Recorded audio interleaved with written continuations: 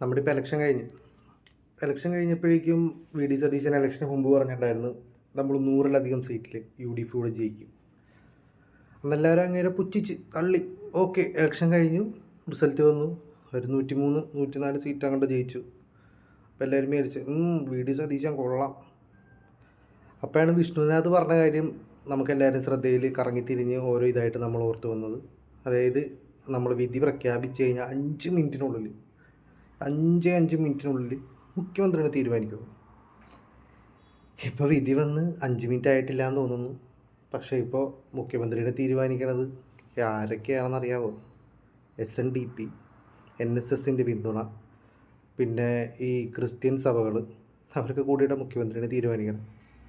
അപ്പോഴിവിടെ ഒരു തീരുമാനമായിട്ടില്ല, അത് വേറെ കാര്യം. RC നിന്ന് കഴിഞ്ഞാൽ KCയും പോവും, VDയും പോവും. VD നിന്ന് കഴിഞ്ഞാൽ KCയും പോവും, RCയും പോവും. കേസ് നിന്ന് കഴിഞ്ഞാൽ VDA ഇല്ല, RCയും ഇല്ല. കൊള്ളാമല്ലേ? കേരളത്തിലെ ജനങ്ങൾ ഇനിയെങ്കിലും മനസ്സിലാക്കി എന്ന് വിചാരിക്കുന്നു. 104 140 സീറ്റ് കൊടുക്കാമായിരുന്നു കോൺഗ്രസ്സിന്.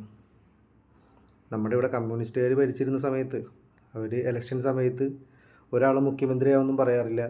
ജയിച്ചു കഴിഞ്ഞിട്ട് ഞാൻ മുഖ്യമന്ത്രി ആയാലും ഇയാളുണ്ടാവില്ല, ഇയാൾ മുഖ്യമന്ത്രി ആയാലും ഞാനുണ്ടാവില്ല രീതിയിലൊരു സംസാരവും തർക്കവും ഉണ്ടാവാറില്ല. അതൊക്കെ തീരുമാനിച്ചുകൊണ്ടിരുന്നത് MLA മാരും പാർട്ടിയും പിന്നെ പാർട്ടിയുമായിട്ട് ബന്ധപ്പെട്ടുള്ള കമ്മിറ്റികളാണ്. അതല്ലാതെ ഒരു മതമേലധ്യക്ഷന്മാരും അതിലൊരു കൈകടത്താനുണ്ടാകില്ല. വിധി അല്ലാണ്ട് എന്ത് പറയാൻ. അപ്പോൾ എല്ലാവർക്കും ഗുഡ് നൈറ്റ്.